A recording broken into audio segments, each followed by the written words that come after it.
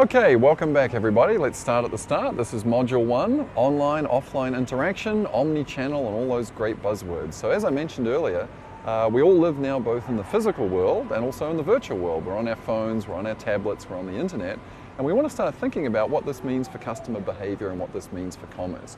So what I want to do to begin our discussion here is to think about the two most important frictions that the real world throws our way that the virtual world helps us get over in terms of overcoming those things.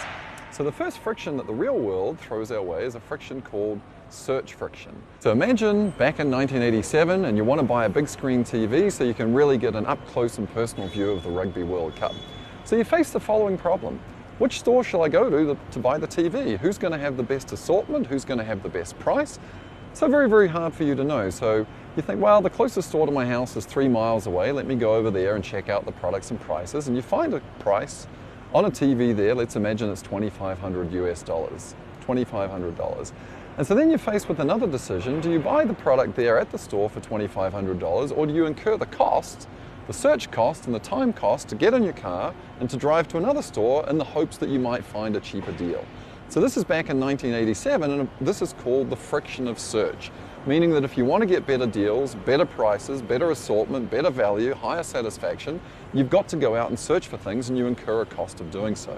And this is a problem that's been studied by economists for decades and decades. In fact, a very famous economist who won the Nobel Prize talked about the economics of information and actually derived some mathematical formulas about how often and how long you should continue to search and when you should just stop and say, okay, enough is enough, let me buy this one.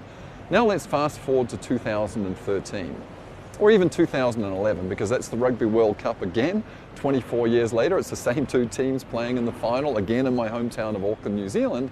And now, instead of having to go through that process, you could go onto a website, let's say Milo.com, M-I-L-O.com, started by one of our students at the Wharton School at the University of Pennsylvania, later purchased by eBay. And Milo.com will tell you the prices and the assortment of the various products that you might want to buy. You could do it all from the comfort of your home, from the comfort of your cell phone. And so what the internet has done in that case is it has reduced the friction of search. Reduced the friction of search. So that's the first major thing that the online world does that helps us out in the offline world. And so some of you who are out there, you might be thinking about, gee, perhaps I could start a business that would help people reduce the friction of search, a business like Yelp.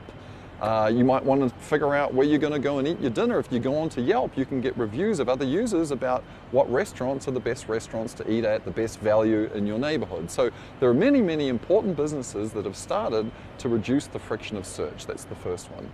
The second friction that gets thrown your way is the friction of the geography that you end up living in.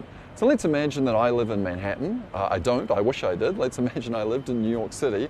In New York City, everything is available to me all day, all night. I have all the shops that I want to go to buy anything that I could possibly imagine. If, on the other hand, I have a quieter life and I live in Iowa City, there are some benefits of that. But also in terms of the products and services I have available to me, they are much more limited. So there's the friction of geography, meaning that the location that you have chosen to live in offers you certain benefits, but also imposes certain costs on you. So if you want a fancy pair of designer jeans and you live in New York City, you can probably just walk out of your door and go and buy a pair from any number of stores right there in Manhattan. If you live in Iowa, that's going to be a little bit more difficult. So you might want to therefore go onto the internet, step into the virtual world, and purchase products that then can be delivered to your geographic location. So that's the second thing that the internet does for us. It reduces the geographic friction of where we live. So again, I want you to keep those two things in mind as we go ahead.